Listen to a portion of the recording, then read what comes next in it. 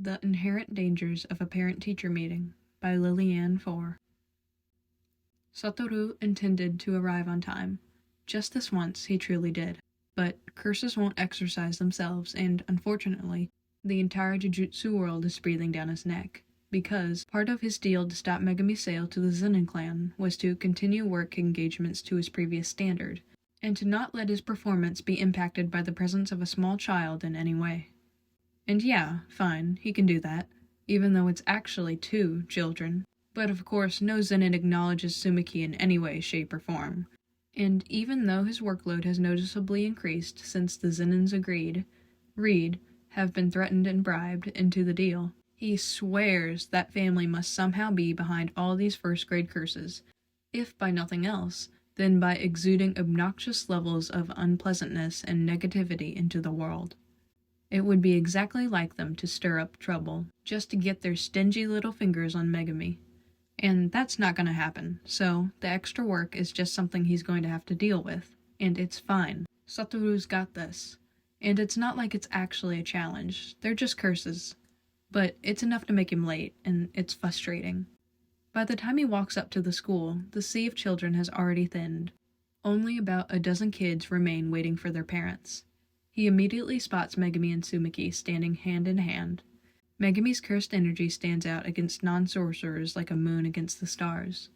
The divine dogs are nearby, chasing each other across the schoolyard. They swerve between students unseen by all, except, of course, Megumi, whose eyes track them as they run around and race down the street to enthusiastically greet Satoru as soon as they catch his scent. The dogs dissolve into shadow, and when Satoru looks up, he sees that Megumi and Tsumiki have spotted him too. He waves to them, and Tsumiki waves back. "You're late," Megumi comments as soon as he's within earshot. I know, he replies as he pulls Tsumiki into a half-hug. He knows better than to try to hug Megumi, but he holds out his other hand, and the boy gives him his heavy backpack. Do schools require kids to carry stones or something? Satoru pulls it up onto his shoulders. There's a special grade cursed object near the airport, and it attracted several first-grade curses. You didn't get hurt, I hope. Tsumiki, bless her heart, looks up at him all concerned. She worries entirely too much, and Satoru doesn't want to imagine what it will be like for her when Megumi enrolls at Jujutsu Tech. So, instead of contemplating that thought, he flashes her a brilliant smile and squeezes her reassuringly. Tsumiki, darling, I told you so many times, I don't get hurt. Megumi rolls his eyes and tries to peek into the paper bag that Satoru is carrying. What's in the bag? Satoru lifts it out of Megumi's reach. Work stuff. The movement exposes his side, and Tsumiki uses the opportunity to poke him in the ribs without warning. Satoru, ticklish as he is, yelps. Megumi grins at his suffering. The little menace. What was that for? And you say you can't get hurt, Tsumiki chides. That doesn't count. Tsumiki glares at him as if she just proved her point, which she did not. Satoru is careful about who he lets inside his little bubble of infinity. Thank you very much. But clearly she considers the discussion won because she announces, Since you're here, I'm gonna go home. I'm gonna go get started on dinner. Don't bother. Megumi and I will pick up some takeout on our way home. Take a break instead. Tsumiki nods, even though Satoru knows she will actually be doing homework. But before he can emphasize the point about the importance of rest, a teacher steps up to them. Can I help you? She asks. She stares disapprovingly at him for some unfathomable reason. No, I'm just here for Megumi's parent-teacher conference. Satoru puts a hand on the kid's spiky hair. It's immediately swatted away. Tsumiki politely excuses herself and says goodbye to all 3 of them. Bye, Tsumiki, says Megumi. See you tonight, Satoru says. Then he turns back to the teacher, who is still hovering. Is there a problem? I'm afraid there is. She somehow manages to look down on him, despite being a full head shorter. Megumi said his legal guardian would make an appearance this time. Oh, that's me, Satoru says brightly. Gojo Satoru. Gojo Satoru, she repeats flatly. So you're the one who's been signing Megumi's grades this whole semester? Confused as to why she would question that, Satoru nods. The teacher turns to her student. Megumi, am I to understand that you have not shown your grades to a parent or guardian since the beginning of the year? I have, Megumi protests. He is my guardian. I have had quite enough of your lying, young man. He's not lying, though, Satoru chimes in. But he's blatantly ignored. The audacity. And if you don't bring an actual adult to this school to discuss your behavior by the end of the week, there will be consequences to this. Hey, lady, Satoru interrupts loudly, waves a hand in her face. I'm literally right here. She finally lifts her glare up from Megumi to Satoru. Yes, very funny. How old are you, 16? Satoru lets out an offended gasp. I'll be 19 next month. I don't have time for this, the teacher snaps at him. And Megumi, next time bring your parents. I don't have parents, Megumi tells her. Probably not for the first time. Or your guardians. Satoru ignores her tirade, in favor of pulling out his wallet. He extends it toward her. Look, here's my ID. I'm a legal adult. So, how about we get over this embarrassing little incident and talk about the things we talk about in a parent-teacher meeting? I'll admit, I'm kind of new to this. The teacher takes his wallet, eyeing the ID in it with suspicion. Do you have any proof of your guardianship over Megumi? What? Yeah, I definitely have that, I think, but I don't carry it around. Hey, don't go looking in there! But it's too late. The teacher has already unfolded his wallet. Her gaze immediately locks onto the license nestled between 2 credit cards. Jujutsu Sorcerer Gojo Satoru, she reads from the card. Grade, special grade, base, Tokyo Prefectal Jujutsu High School. Is this a joke? Satoru forces a smile onto his face. Yeah, it's, a friend gave that to me. Kind of an inside joke, you know? He extends his hand. I'd like to have my wallet back. Preferably before she notices the police license allowing him to enter crime scenes and accuses him of forgery. But the teacher isn't listening. Instead, she's staring into the paper bag, hanging from Satoru's wrist. Exposed now, with his hand outstretched. May I see the contents of the bag, sir? She asks. Her voice is unnaturally calm. Satoru snatches the bag back. The contents are a special grade curse dagger and a mummified eyeball, grade 1 or 2 at a guess, which had been swallowed by one of the curses on the scene. Satoru planned to drop the 2 items off at Jujutsu High this evening. You don't need to see that, he tells the teacher with his most winning smile. So, are we actually going to have this meeting, or should I take Megumi home? The teacher grabs Megumi's shoulders firmly. I know I saw a bloody knife in there, sir. I'm not going to let my student go with you without seeing the contents of this bag, and an explanation. Satoru, as far as he can see, has 3 options. 1. Grab Megumi and his wallet and flee civilized society with the kids in tow when the police inevitably start looking for him as a suspected kidnapper and a serial killer. 2. Show her the contents of the bag and come up with a reasonable excuse as to why the fuck he's carrying around a dagger and a crusty eyeball on primary school grounds. Or 3. Show her the contents of the bag and get the police called on him, and endure the inevitable ridicule this incident will provoke from Shoko and Megumi for the remainder of his days. No problem, he can get outcome number 2. He's good at everything, so that must include improv too, no sweat. Fine, there's no need to be so cranky. Take a look. Satoru steps to a nearby bench, and turns the bag over. The dagger falls out with a clang, and the eyeball follows with a wet plop. To her credit, the teacher does not scream. Her only reaction is her fingers turning white on Megumi's shoulders. That hurts, the kid complains. Is that an eye? The teacher asks in a horrified whisper. It's not human, Satoru says quickly. At least, he's fairly sure it isn't. He saw a slit pupil when he looked at it, so it must have come from a feline. Or perhaps a very large snake. Definitely not a curse if the teacher can see it too. I'm calling the police. The teacher is still staring at the eyeball. Wonderful. If Satoru can't think of something, they will take him in for questioning. And then he'll have to wait in a holding cell while the police passes his case up the command chain, until it eventually reaches someone in a high enough position to know that they would have best leave the jujutsu world and everyone within it alone. It will likely take all night. How humiliating. Shoko will never let him live it down. There's no need. These are just... Satoru starts, hoping a genius idea will strike him by the time he gets to the end of his sentence. They're fakes, Megumi interjects smoothly. He's in a theater group. Those are his props. The knife is a blunt. Stop being dramatic and show her, Satoru. What? Oh yeah, it's totally fake. Satoru picks up the dagger. The sharp blade is stained with blood. He is intimately aware of the fact that it is real, human and fresh. He drags the edge along the infinity barrier covering his palm, close enough to his skin that the distance is imperceptible to anything but the six eyes and maybe an electron microscope. And then he holds up his hand. See? Completely harmless. The teacher processes that information for a minute, and thankfully, she concludes that this is a more reasonable explanation than whatever horror movie-esque serial killer situation she was no doubt imagining. I apologize, Mr. Gojo, she says. Her voice is still a little shaky. They just look so real. Oh, it's alright, ma'am, Satoru says with a magnanimous wave of the dagger. I'll pass on the compliment to our prop artist. She makes everything look so real, it's incredible. She's very talented. Megumi nods sagely, wandering over to the bench. He reaches out to poke at the eyeball. Satoru bats his hand away. Don't touch that, it's delicate.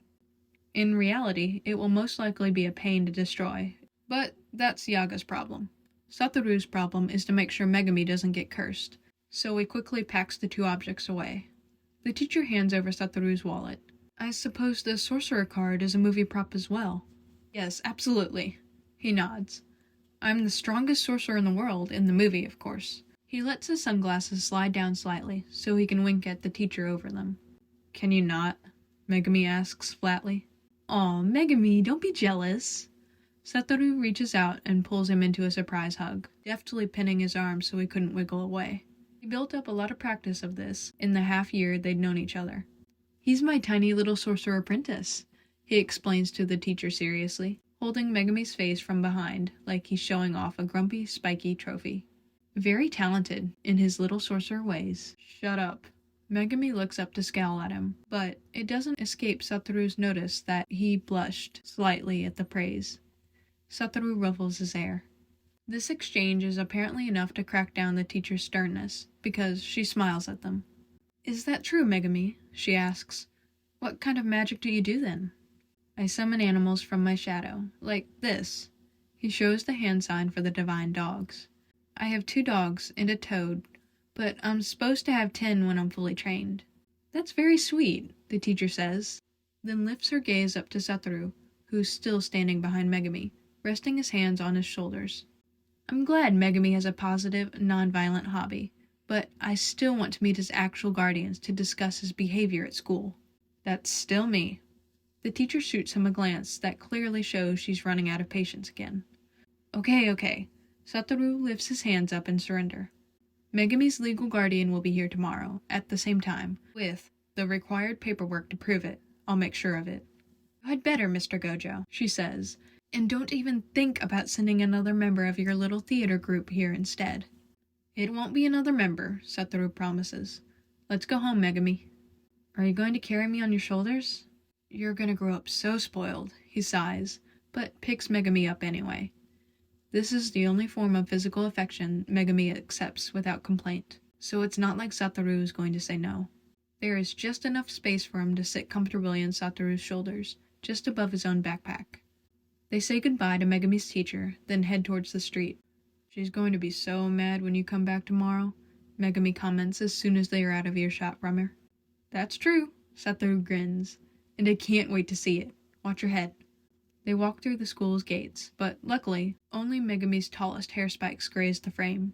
Satoru turns to wave back at the teacher, before turning in the direction of their home. Do you actually have a paper that says you're my guardian? Megumi skeptically asks. Of course I do. Somewhere. He has no idea where it actually is, but one of the many benefits of having 6 eyes is to help you find stuff you misplaced. I thought you were making it up. Satoru gasps and turns his head up, pout on full display. Are you implying I'm an irresponsible guardian? You brought an eyeball to my parent-teacher conference, Megumi points out. I didn't have time to drop it off at Jujutsu High before. He shakes the paper bag to emphasize his point. Believe me, I'm not thrilled about carrying this around. I can hold it for you, Megumi offers innocently. Why he so badly wants to examine a bloody knife and an eyeball is beyond Satoru. Nice try. Can I at least look at them when we get home? Megumi pleads. Sumiki will have my head showing you stuff like that. But I'm gonna see things like that anyway if I become a jujutsu sorcerer, Megumi protests. Why can't I see it now? The same reason they put an age restriction on movies. But you let me watch those movies. And then you get nightmares and you wake up in the middle of the night because you got spooked by the tree branch outside your window. Besides, those are cursed objects, high-grade ones. You have to be careful around them, or you could get seriously hurt. Megumi huffs. He puts his weirdly sharp elbows on Satoru's head, probably with the pretext of resting his chin on his hands. Totally not out of revenge, no. Satoru pinches his shin in retaliation. Megumi presses his elbow down harder. Was the blood on the knife real? The kid asks. Satoru grimaces, remembering the mangled corpses on the scene. Some of the pieces were recognizable. A hand and a jaw here, a lung and a femur there. Others were unidentifiable red mush, with white bone fragments. Satoru's estimate of the number of victims fell between 5 and 10. He saw a ribcage far too small to belong to an adult. At the end of the fight, he pulled the dagger out of the throat of a decapitated head. Megumi was going nowhere near that sort of thing for a few more years at minimum. Let him finish primary school without seeing a dead body, at the very least. Yeah, the blood was real, he admits. You're a genius for coming up with that actor excuse, you know that? I had no idea how to convince her that I'm not a serial killer. You could be, Megumi muses. You're just some guy I met on the street. My fancy guardianship papers say otherwise. And I still don't believe you have those papers, the little traitor says. He kicks his feet against Satoru's ribs before adding, Maybe you're raising us so you can eat us later. Satoru laughs, tugging on his ankle. You're safe from me, kid. You're much too salty for my tastes. Megumi huffs again, but Satoru is fairly sure that it's disguised laughter. His smile softens. Any day that he could get the kid to laugh is a good day. Speaking of food, what do you want to eat? I promised Sumiki dinner. We should get udon from that place she likes. No, their desserts are awful. Megumi huffs. There's still mochi in the fridge. I ate it for breakfast. Then go to the bakery. I'd have to turn around for that, Satoru whines. Don't you have super speed? People will see me. Then tell them it's real-life special effects. Satoru laughs. They continue bickering all the way home. Then all the way through dinner, udon and ice cream. Then all the way through a movie, as usual. After the kids go to bed, Satoru goes back to Jujutsu High to drop off the cursed objects. Then spends an hour looking for those stupid guardianship papers. He falls into bed well past midnight, half unconscious with how tired he is, trying not to think of the measly 5 hours of sleep he's going to get. But it's all fine, really, because if he didn't do it, it'd be up to the kids to take care of themselves, or worse, it would be up to the Zenins to take care of them. He turns to his side, 6 eyes granting him a perfectly good view of the kids' essences sleeping soundly in their other room. Yeah, he's got this. Constant lateness and the occasional cursed eyeball be damned. Okay, yeah, Bungo Stray Dogs mostly, but also JJK is in like the same boat because it has even less podfics than Bungo Stray Dogs, even before I started podficking. But yeah, anyway, first time I did this, so I'm trying to get voices down. And I don't know, Megumi just sounds dead the entire time. And I don't know, Satoru has the same voice actor as, Dazai, or the dubs do, which is kind of cool, so I kind of jumped between Dazai's voice, and I just experimented trying to get the voices right, and so it's not consistent whatsoever.